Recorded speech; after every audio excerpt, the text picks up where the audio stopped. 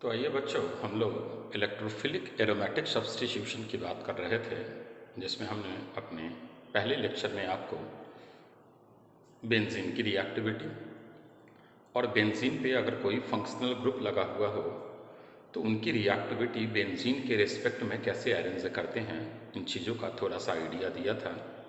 उन्हीं चीज़ों को आज हम अपने लेक्चर 2 में कंटिन्यू कर रहे हैं। कल हमने आपको एक चीज़ बताया था कि हेलोबेंजीन अगर है तो ऑर्थो एंड पैराडाइलेक्टिंग है, लेकिन डीएक्टिवेटेड है। अब मान लीजिए हमारे पास हेलोबेंजीन के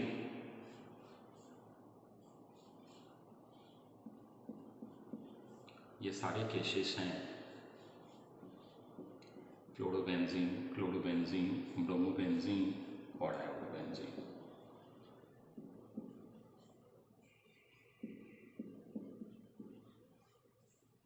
दे all are ortho and para directing but deactivator. Deactivator कहने का मतलब है कि इससे ज़्यादा इलेक्ट्रोफिलिक एरोमेटिक सब्स्टिट्यूशन में बेंजीन रिएक्टिव होगा, यह उससे कम रिएक्टिव होगा।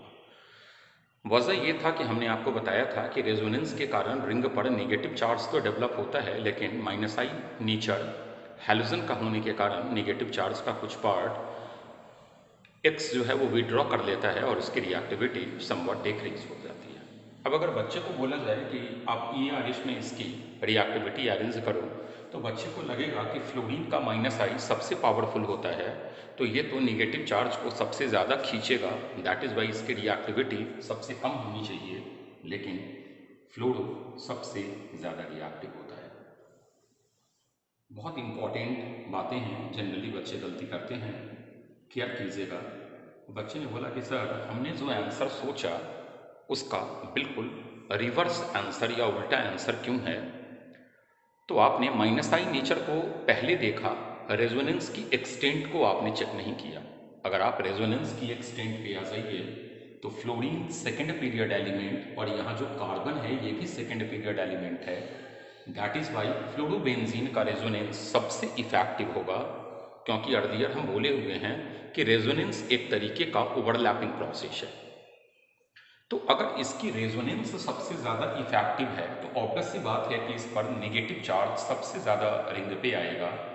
यहाँ अगर देखिए तो कार्बन सेकेंड पीरियड एलिमेंट और आयोडीन उससे हायर पीरियड एलिमेंट है, तो जैसे जैसे आप फ्लोरो से आयोडो की तरफ मूव कीजिएगा रेजोनेंस का एक्सटेंट कमता जाएगा, रेजोनेंस का एक्सटेंट कमता जाएगा, that is Y fluoro EARS में जो हमारा फ्लोरोबेंजीन है वो इलेक्ट्रोफिलिक एरोमेटिक सब्स्टिट्यूशन में सबसे मोस्ट रिएक्टिव होता है।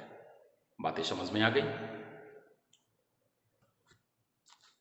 अब आइए हमने आपको कुछ ऑर्थो एंड पैराडाइलेक्टिंग में स्ट्रांगली एक्टिवेटर, मॉडरेट एक्टिवेटर और वीकली एक्टिवेटर ग्रुप्स बताए हैं। ये टेबल आपको याद होना चाहिए। ऑर्थो एंड पैराडाइलेक्टिंग के स्ट्रांगली एक्टिवेटर में हमने आपको टेबल दे दिया, मॉडरेट एक्टिवेटर में हमारे ये ग्रुप्स आते हैं, वीकली एक्टिवेटर में ऑर्थो एंड पैराडाइलेक्टिंग ही है लेकिन ये ग्रुप्स है। इवन इसमें टर्ट ब्यूटाइल जगह नहीं था इसलिए हमने नहीं लिखा है। आप अगर यहाँ पर टर्ट ब्यूटाइल ग्रुप को डालते हो तो वो भी हमारा वीकली एक्टिवेटर में आता है। जैसे हम इधर लिख देते हैं, मान लीजिए ये भी हमारा आता है वीकली एक्टिवेटर में। क्लियर। अब अगर आप हेलोबेंजीन पे आ जाइए तो हेलोबेंजीन ऑर्थो एंड पैराडाइलेक्टिंग तो होता है लेकिन ये वीकली डीएक्टिवेटर होता है। ऑर्थो एंड पैराडाइलेक्टिंग, बट यहाँ मिस हो गया है वीकली डीएक्टिवेटर। वीकली डीएक्टिवेटर का मतलब है कि बेंजीन से इसकी रिएक्टिविटी कम है, लेकिन होगा ये प्लस आर की तरह ही, that is why it is ortho and para directing. बढ़ा जाए आगे। अब आइए हम लोग मेटाडाइलेक्टिंग में स्ट्रॉन्गली डीएक्टिवेटर देखते हैं और मॉडरेट डीएक्टिवेटर देखते हैं। यहाँ पर देखिए ये हमारा टर्ट अमीन ग्रुप है, इन पर प्लस चार्ज है, ये हमारा स्ट्रॉन्गली डीएक्टिवेटर होता है। नाइट्रो स्ट्रॉन्गली डीएक्टिवेटर होता है। CF3 CH3 अगर होता था तो हाइपर कॉन्जुगेशन के कारण आपका प्लस आर की तरफ ट्रीट होता था, लेकिन CF3 ये पावरफुल माइनस आई की तरह ट्रीट होता है, that is why strongly deactivated है CCl3।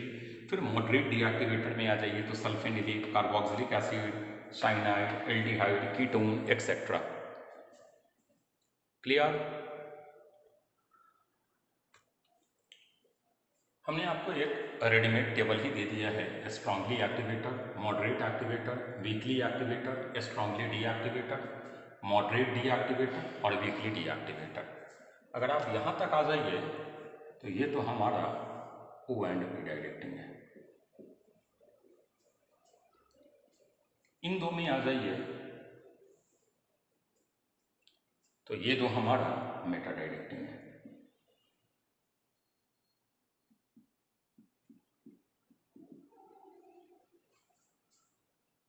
और लास्ट वाले पे आ जाइए फ्लोरो क्लोरो वाले पे, तो ये डीएक्टिवेटर है लेकिन O एंड P डायरेक्टिंग है। ये सारा बेंजीन की रिंग से जुड़ा हुआ है। जैसे O माइनस का मतलब हो गया कि ये बेंजीन की रिंग से O माइनस जुड़ा हुआ है, सिर्फ O माइनस नहीं है। NH2 बेंजीन की रिंग से जुड़ा हुआ है एक्सेट्रा। बातें समझ में आ गई? अब जैसे ये है, मान लीजिए NR3+, तो बेंजीन की रिंग से NR3+ जुड़ा हुआ है।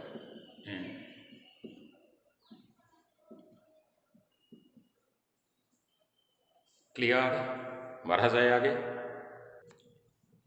अब मान लीजिए इसमें हमें दे दिया कि EARS में रिएक्टिविटी अरेंज करो, तो पहले तो हम ortho and para directing decide कर लें या EARS ही देखिए। तो लास्ट वाला एग्जाम्पल अगर आप देख रहे होइएगा तो CH2Cl है। यहाँ पर 3 अल्फा हाइड्रोजन है, प्लस R ग्रुप। ये तो कोई प्लस R नहीं है, होगा तो ये प्लस R की तरह ही, लेकिन डीएक्टिवेटर होगा। क्यों डीएक्टिवेटर होगा? क्योंकि यह हैलोजन जो लगा हुआ है, ये रिंग पर जो कुछ नेगेटिव चार्ज डेवलप होगा उसका समवट पार्ट एब्स्ट्रैक्ट कर लेगा। ये प्लस R है 3 अल्फा हाइड्रोजन के कारण, और ये प्लस R है 2 अल्फा हाइड्रोजन के कारण, लेकिन ये डीएक्टिवेटर है। तो आप बोलोगे ना, पहला सबसे ज़्यादा रिएक्टिव चार्ज, पहला के बाद दूसरा, दूसरा के बाद तीसरा। क्लियर? अब आइए यहाँ अगर देखिएगा तो इसका जरा रेजोनेंस देख ले।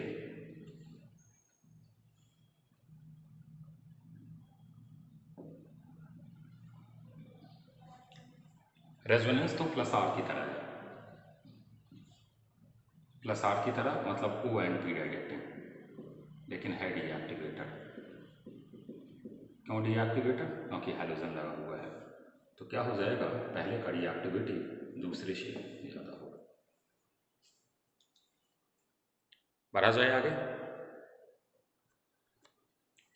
बहुत इंपॉर्टेंट एग्जाम्पल है, इसके रेजोनेंस का 2 वे हो सकता है, दोनों वे पहले देखिएगा।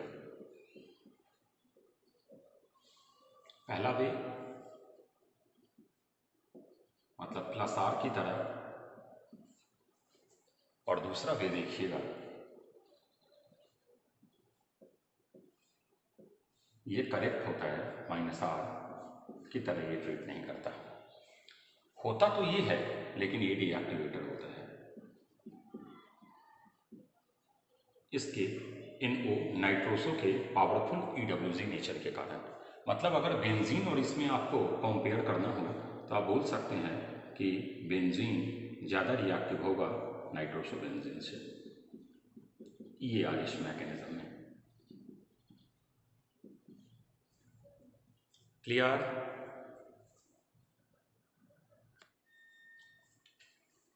आइए यहाँ देखा जाए तो 2 अल्फा हाइड्रोजन लेकिन COH EWG, तो O एंड P लेकिन डीएक्टिवेटर। O एंड P ये तो लिस्ट में देखे हुईएगा, स्ट्रांगली एक्टिवेटर होता है।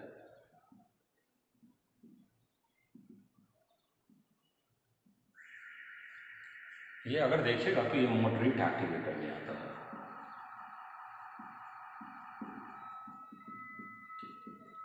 होता ये भी O एंड P ही है। ये अगर आ जाइए तो मेटा डायरेक्टिंग और स्ट्रांगली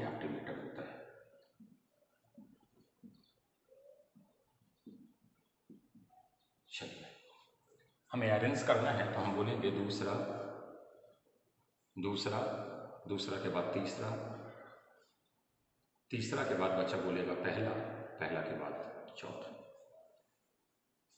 मतलब जब आप ये आरिश मैकेनिज्म कर रहे होइएगा तो चौथे की रिएक्टिविटी सबसे कम आएगी और दूसरे की रिएक्टिविटी सबसे ज़्यादा आएगी। इसमें अगर देखना हो तो O एंड P तो है लेकिन डीएक्टिवेटर है। ये मेटा डायरेक्टिंग का डीएक्टिवेटर है। अब मेटा को हमने शॉर्टकट M लिखा है। ऑर्थो एंड पैरा डायरेक्टिंग, उसका ये अगर आप देखो तो ये मॉडरेट एक्टिवेटर होता था।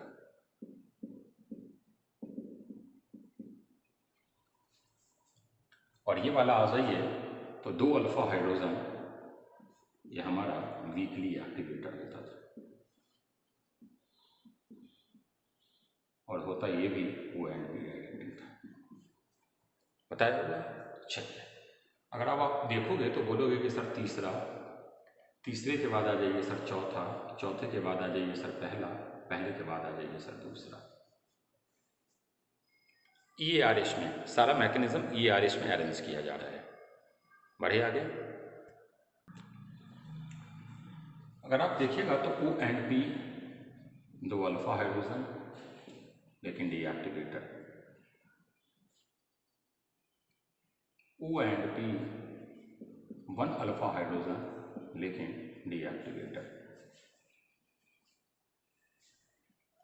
Meta directing deactivator strongly. और यहाँ पर भी आ जाइए तो मेटा डायरेक्टिंग डीएक्टिवेटर स्ट्रांगली। लेकिन अगर आप सीरीज देखोगे तो ये स्ट्रांगली डीएक्टिवेटर होता है, उसके बाद NO2 आता है, उसके बाद CF3 आता है, देन CCl3 वाला आता है।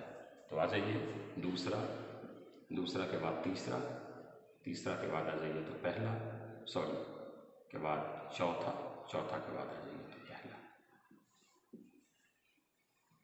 अगर आप स्ट्रांगली डीएक्टिवेटर का सीरीज देखोगे ना तो ये होता है स्ट्रांगली डीएक्टिवेटर का NR3+, फिर उसके बाद नाइट्रो,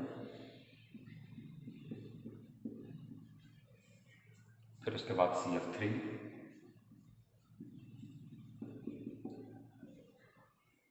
फिर इसके बाद हमारा लास्ट में CCl3 वाला आता है। ये वाला जगह नहीं है इसलिए नीचे लिख ले रहे हैं। क्लियर? यहाँ तक की बातें समझ में आ गई? आइए देखा जाए, अब हमारे पास ये वाला क्वेश्चन है। तो यहाँ देखिए रिंग से डायरेक्ट लोन पेयर वाला अटैच्ड है, तो ये हमारा +R की तरह हो गया, मतलब O एंड P। ये वाला अगर देखिए तो रिंग के साथ पाई बॉन्डेड अटैच्ड है, तो -R वाला ग्रुप हो गया। बेंजीन तो ऐसा कुछ होता ही नहीं है। अगर आप रिएक्टिविटी अरेंज करोगे तो दूसरा, पहला, तीसरा। क्लियर है? हटा ली जरा इसे ताकि बोर्ड पे जगह हो जाए हमें। तो हम लोग एक काम करते हैं, ऊपर वाले क्वेश्चन को हटाते हैं। चलिए, अब यहां पर अगर आ जाइए तो O एंड P लेकिन मॉडरेट वीकली, ये मेटा, बेंजीन कुछ है ही नहीं, O एंड P लेकिन स्ट्रांगली एक्टिवेटर, ये O एंड P लेकिन डीएक्टिवेटर। याद आ गया होगा? तो O एंड P का सबसे स्ट्रांगली एक्टिवेटर चौथा है हमारा, तो फोर्थ। फिर आ जाइए O एंड P का ये हमारा मॉडरेट एक्टिवेटर है और ये वीकली डीएक्टिवेटर है, तो उसके बाद कौन आ जाएगा? ये वाला, तो पहला। उसके बाद आ जाइए ये O एंड P का डीएक्टिवेटर है जबकि बेंजीन ऐसा कुछ नहीं करेगा, तो तीसरा। अब आ जाइए अब पांचवा, ये फिफ्थ है, 1 2 3 4 5। उसके बाद हमारा सेकेंड, 1 2 3 4 5 सारा एरोज हो गया। अब इसके बाद आइए हम लोग अगले वाले पे आए हैं। तो फिर आ जाइए ये O एंड P लेकिन डीएक्टिवेटर, ये आ जाइए तो O and P strongly activator, strongly activator को ऐसे लिख रहे हैं, ये हमारा O एंड P लेकिन weekly activator, W weekly activator है, और ये मेटा, मेटा तो वैसे ही पता है कि डीएक्टिवेटर ही होता है। तो O एंड P का स्ट्रॉन्ग एक्टिवेटर तो सेकेंड, O एंड P का मॉडरेट एक्टिवेटर तो तीसरा, उसके बाद आ जाइए बेंजीन है नहीं तो उसके बाद पहला, उसके बाद चौथा। क्लियर? चलिए आइए इसमें देखना है, तो बच्चा बोलेगा O and P 1 alpha hydrogen लेकिन deactivator, O and P 1 alpha hydrogen लेकिन डीएक्टिवेटर, डीएक्टिवेटर को शॉर्ट डी से लिखे हैं। O एंड P डायरेक्टिंग लेकिन 2 अल्फा हाइड्रोजन बट डीएक्टिवेटर, यहाँ पर भी आ जाइए तो O and P directing 2 alpha hydrogen लेकिन डीएक्टिवेटर। ऑब्वियस सी बात है 2 अल्फा हाइड्रोजन वाले की रिएक्टिविटी ज़्यादा होगी, और Br का ये डीएक्टिवेटर क्यों होता है? एक्चुअली जो हैलोजन है वो -I जो रिंग पे डेवलप हो रहा है उसको समवट एब्स्ट्रैक्ट कर रहा है, खींच रहा है अपनी तरफ, तो Br के खींचने की पावर कम होगी क्योंकि इसका -I कमजोर होता है। तो चौथा, चौथा के बाद तीसरा। अब आ जाइए इन दोनों के पास एक एक अल्फा हाइड्रोजन है, तो फिर Br का सेम कॉन्सेप्ट कि Br के खींचने का टेंडेंसी तो कम होगा, तो दूसरा, दूसरा के बाद पहला। Clear? 2 alpha hydrogen O and P लेकिन deactivator, 2 alpha hydrogen O and P लेकिन डीएक्टिवेटर, ये तो हमारा स्ट्रांगली डीएक्टिवेटर कहलाता है NO2। एक चीज पढ़े हुईएगा कि इंडक्टिव इफेक्ट डिस्टेंस के जाने से कमजोर होता है, मतलब ये नाइट्रो ज्यादा दूर है तो रिंग पे जो निगेटिव चार्ज डेवलप होगा 2 अल्फा हाइड्रोजन के कारण, उसको खींच पाने में, एक्सट्रैक्ट कर पाने में थोड़ा कमजोर होगा एज कम्पेयर टू दिस। तो आप बोल सकते हैं तीसरा सबसे ज्यादा से, तीसरा के बाद दूसरा, दूसरा के बाद पहला।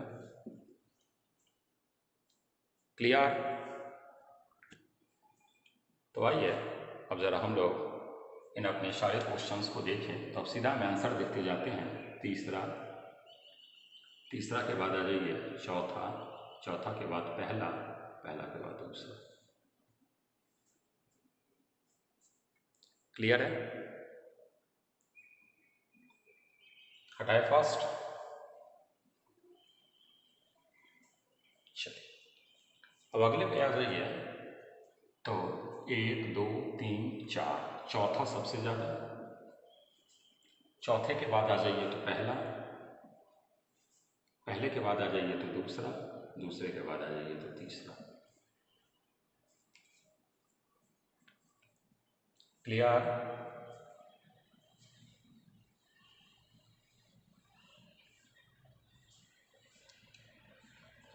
दो अल्फा हाइड्रोजन, 2 अल्फा हाइड्रोजन है तो ऑर्थो एंड पैरा डायरेक्टिंग, ये तो मेटा है, लेकिन ये विड्रॉइंग ग्रुप थोड़ा दूर है, तो तीसरा, तीसरा के बाद आ जाइए दूसरा, दूसरा के बाद आ जाइए पहला।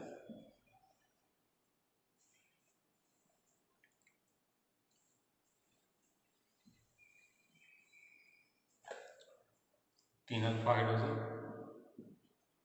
2 अल्फा हाइड्रोजन, ये होगा O एंड P डायरेक्टिंग लेकिन डीएक्टिवेटर क्योंकि ये विड्रॉइंग ग्रुप है।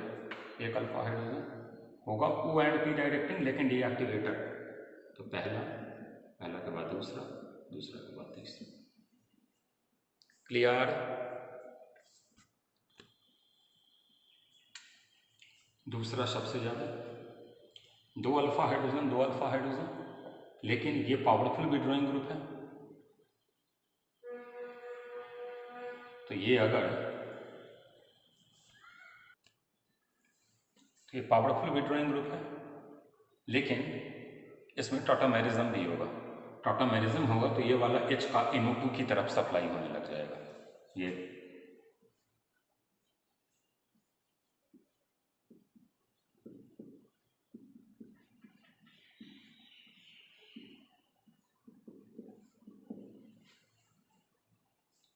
जबकि इसको प्लस आर बनने के लिए इस एच को इधर आना चाहिए था। तो ऑब्वियस सी बात है कि दूसरा के बाद आपका चौथा, चौथा के बाद आपका तीसरा, तीसरा के बाद आपका पहला। बढ़े आगे। अब आगे इस रिंग के लिए ये दो दो माइनस आर वाला ग्रुप, इस रिंग के लिए एक माइनस आर वाला तो एक प्लस आर वाला, इस रिंग के लिए दोनों प्लस आर वाला। डायरेक्ट अगर लोन पेयर अटैच्ड हो तो प्लस आर, और अगर पाई बॉन्ड अटैच्ड हो तो माइनस आर। तो तीसरे के लिए एक्टिविटी, तीसरा के बाद दूसरा, दूसरा के बाद पहला। क्लियर? आइए बेंजीन को रिंग को अगर छोड़ के बाद बाकी सारा देखिए तो सारा O एंड P डायरेक्टिंग है और हमारा मॉडरेट एक्टिवेटर में आता है। तो दूसरा 3 अल्फा हाइड्रोजन, तीसरा 2 अल्फा हाइड्रोजन, चौथा 1 अल्फा हाइड्रोजन, पांचवा हम बोले थे कि ये रिंग से ज़्यादा एक्टिवेटर होता है प्लस आई के कारण, पांचवा पहला सबसे कम। तो उम्मीद करें कि सारी बातें समझ में आपको आ गई होंगी। हमने जितने भी ortho and para directing, Meta directing, ERS में रिएक्टिविटी वगैरह अरेंज किए थे, कोई दिक्कत नहीं है इसमें। चलिए फिर अगले लेक्चर में हम लोग मिलते हैं तो आगे की बात करते हैं। Okay, thank you.